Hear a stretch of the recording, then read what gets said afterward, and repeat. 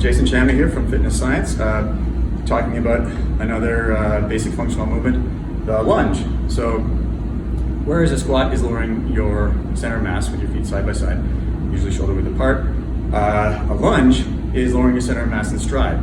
So that adds a couple of elements to that type of a pattern. When you're in stride, especially if you add a load to your lunge, you want to make sure, as with all movements, that your posture is set well and you don't fall down. It's a bouncing flow, it's not me. Holding good posture when you're standing is fairly easy to do, but when you're moving, it becomes harder. So I'm in stride right now, and a lunge is just lowering your center of mass straight up and down. Now, that movement, it involves a lot of vertical lines. First of all, the line of the movement is vertical. So spine's on a flagpole, moving straight down, coming straight up.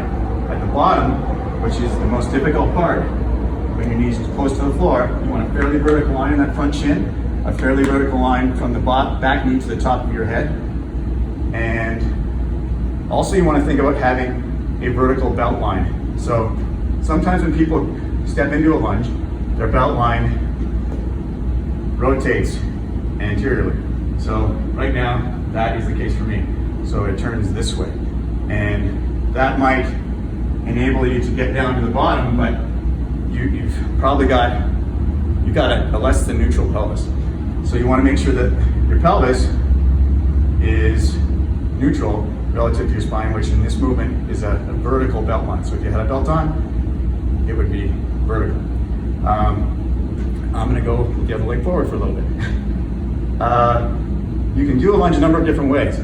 Because you're stepping into stride, you can step into a forward lunge, lock up with that front heel, drop down in position, and push back. You can do a reverse lunge, where you're stepping back into stride, dropping down, and coming back together. Or you can do what I demonstrated to start with, which is a static lunge, straight up, straight down.